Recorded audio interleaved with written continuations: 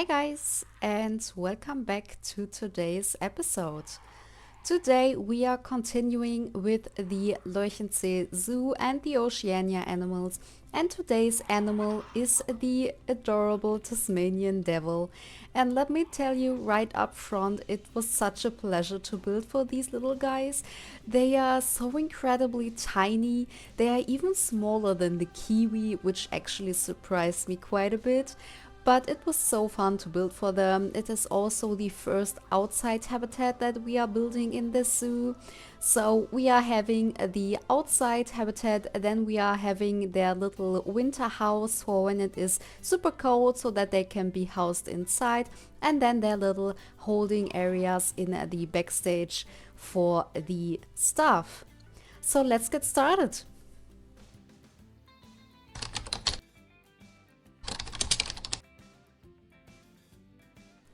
And a little information up front if you have wondered maybe already why I sound so different today. It is actually because I have a new headset, and holy guacamole, the difference of the voice recording is insane. I mean, I knew that it would be better because it's just the new headset is a little more expensive than the one I had before, and my old one just slowly started to die basically. And yeah, it was time to get a new headset, and I bought a little bit of a more expensive one. And I also made sure to have one with a good mic so that I can make my voice records for my videos. Of course, I don't have a separate mic to do these voice records, but I am so happy with my new headset right now. When I heard the very first voice record with the new headset, I didn't even recognize myself. I was like, oh my god, the difference is insane. I mean, now that I'm like going back to hear the voice records of my old videos, I'm like, wow, the difference is insane. And this was so bad like before. I mean, I always thought that it was okay, but now having like one-on-one comparison between the two, I'm never going back. I mean, I might get a separate mic for doing voice records at some point, but not right now. I'm really happy with it right now, so we are staying with this now. So if you didn't know this, in this section that we are building right now, it is dedicated for the Oceania animals, and not only the new ones from the newest DLC, but also the older Oceania and Australia animals that we had in the game before. And this area is called Tiki Town.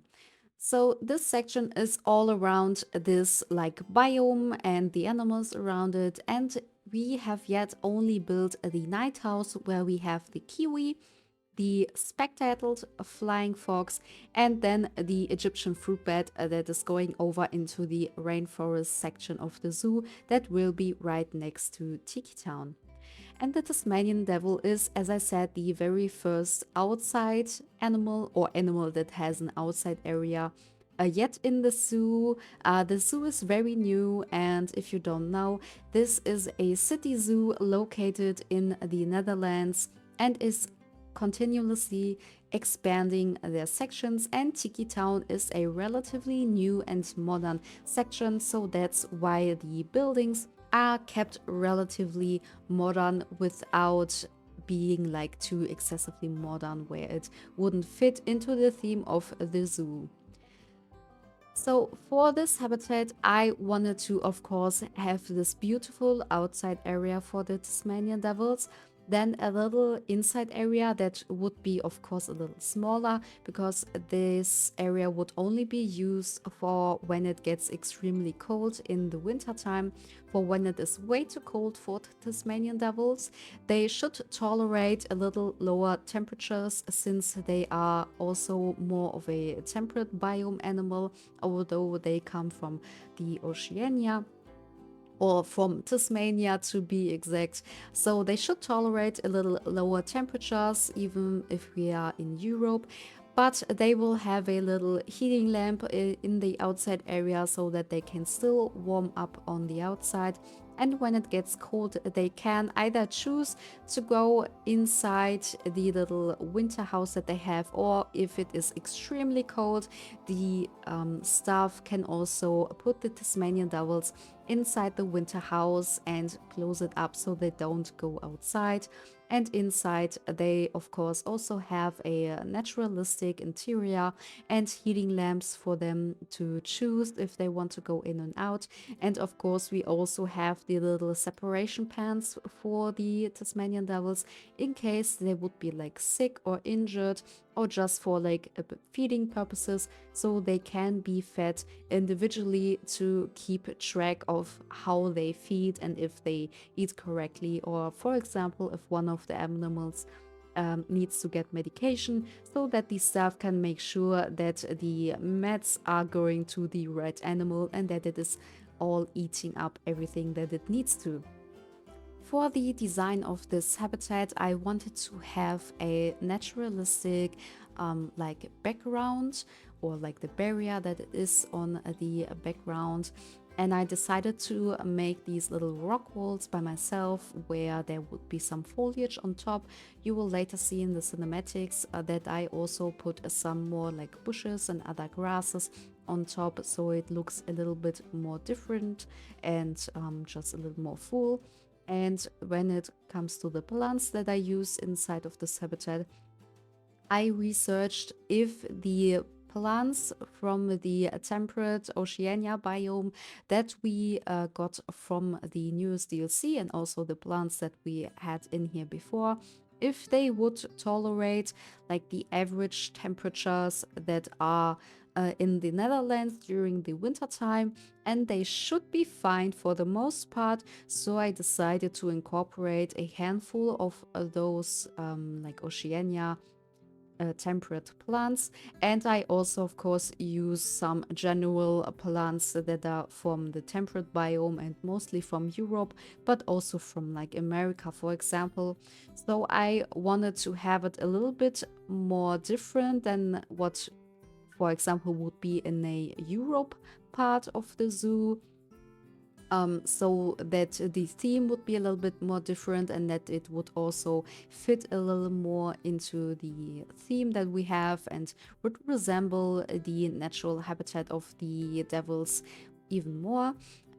So yeah, that's what I did in here. And I of course wanted to have a lot of foliage since the devils live in a like coastal shrublands or like rocky forests.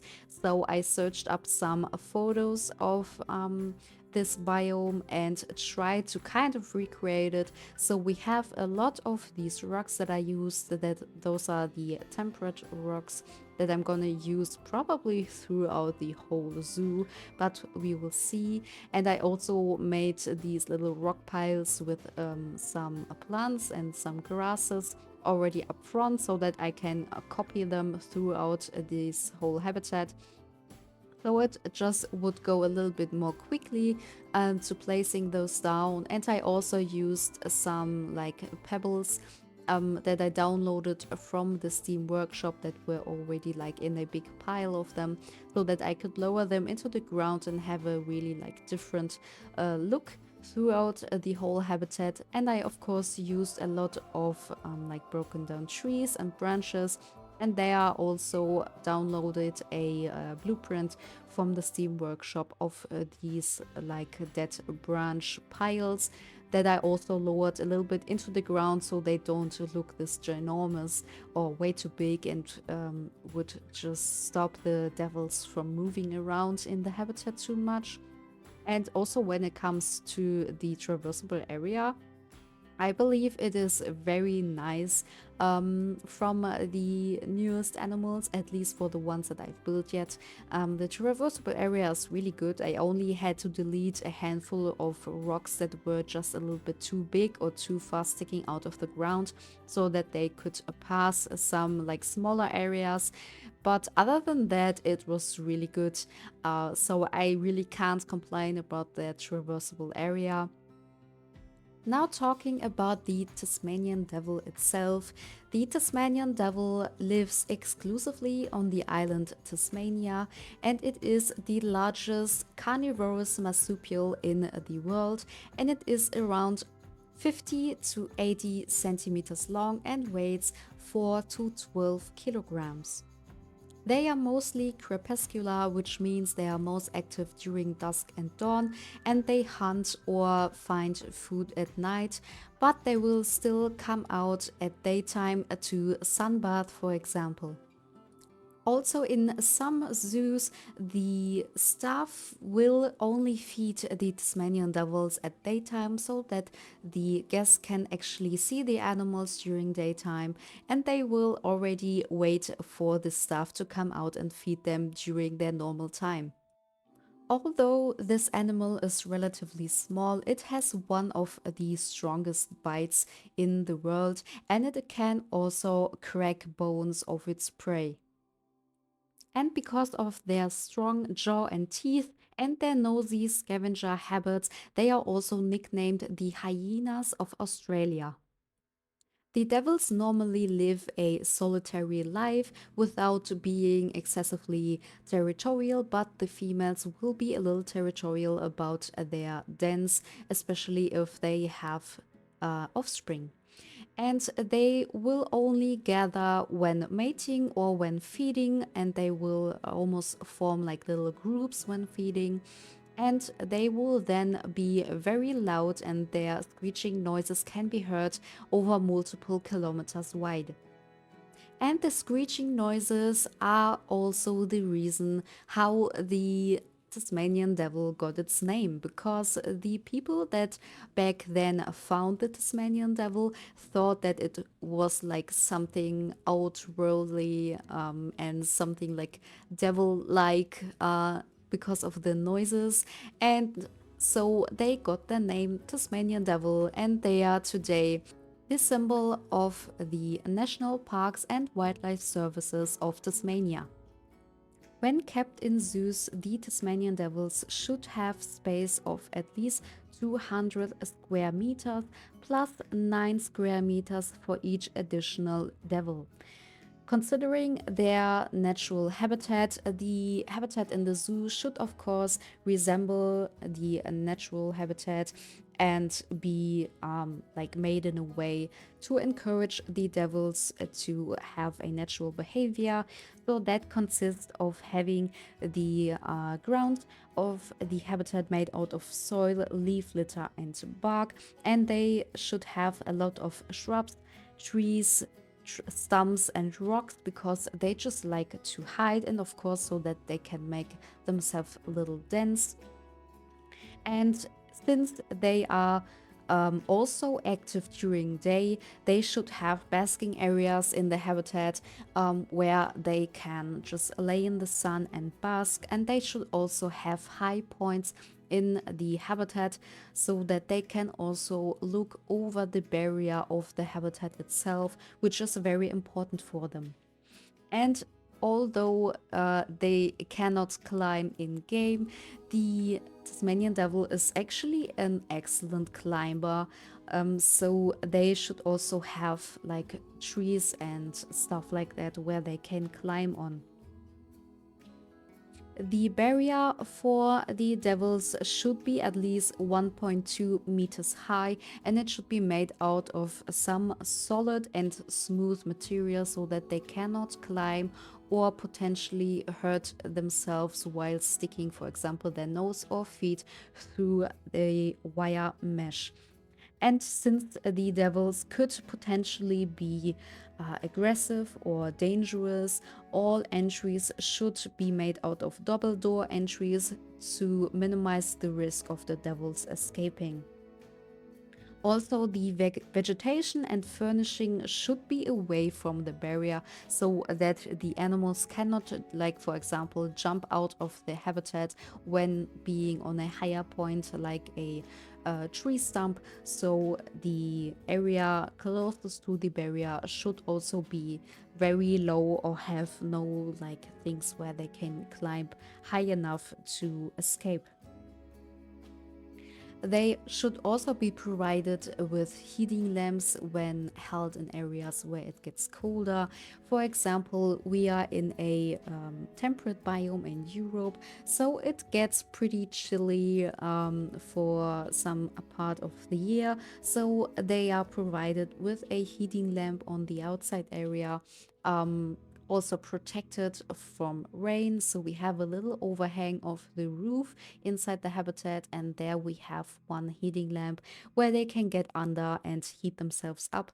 And of course, as I said in the very beginning, since it can get really cold, close to freezing in the winter, we also have a separate area that it's big enough for the devils to be housed in for a little longer period of time during the very cold months so that they are not out in the cold.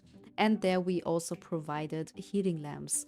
The devils can, of course, when it is warm enough outside, choose if they want to be inside or outside. So this little winter house is open for the most part of the year and only close if it is too cold.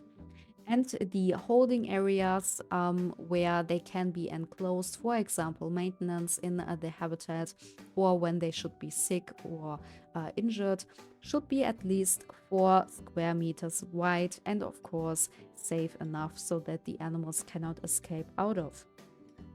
In this building, I decided to, of course, also make these little holding areas, three total, because we have three Tasmanian devils in the habitat. And I actually did make them out of wire mesh, but it is a really like thin wire mesh, so they can't really poke their nose through, and it is relatively high defense, but there is still some hot wire at the very top, just in case a Tasmanian devil should climb up the fence.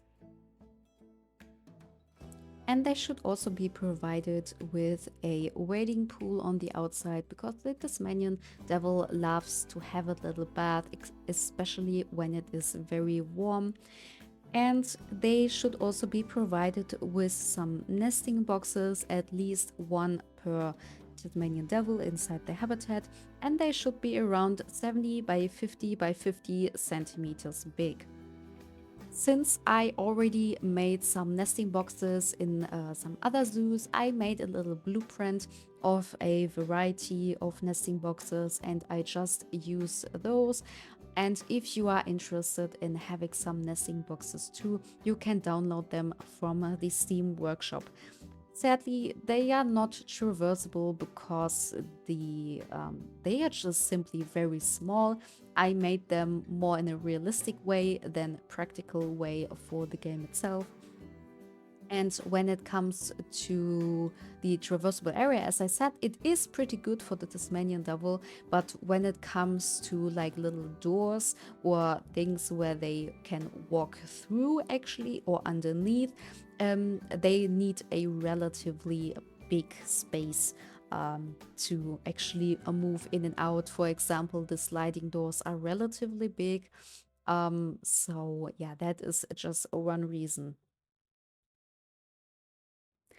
And I also made a little blueprint and uploaded it to the Steam workshop of the little nature props that I did, including the background barrier basically that I did with the grass on top, then the two little stalagmite walls that are very similar to Caesar's, of course, but I decided to make them my own because I just needed them to be in a little different shape. So I just made a own version of them. And then also these rock piles that I did with grass. And then I also have two versions with more variety of different plants in between those rocks. So they are all included in this little blueprint, and then you can download it on Steam. And I will also link the blueprint on Steam underneath this video.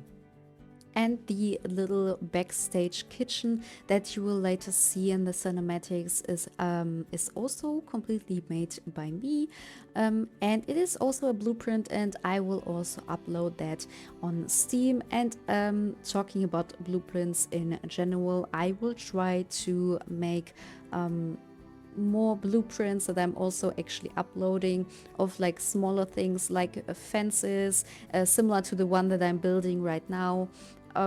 Then backstage props, and then nature props, and everything that is like small, just to have them for my own, so that I don't always need to rebuild those things for each habitat, because it can get yeah, really repetitive to build like fences and sliding doors all over again. Of course, sometimes I just need them to have a different size.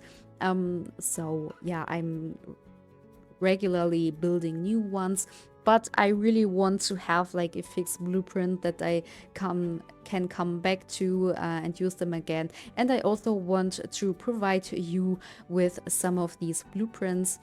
I know a lot of you ask, or not really lots, but some of you ask to have like whole buildings and whole habitats as a blueprint. Personally, I don't really enjoy making these ginormous blueprints, but I definitely want to do more of these smaller blueprints to just help you guys to build your own habitats and backstage pieces and anything like that. So yeah, I hope you enjoy having some blueprints, and let me tell in the comments what you guys would love to have. And we are almost at the end of this episode. I hope you enjoyed it and that you could learn a lot from me about how to keep Tasmanian devils in a zoo.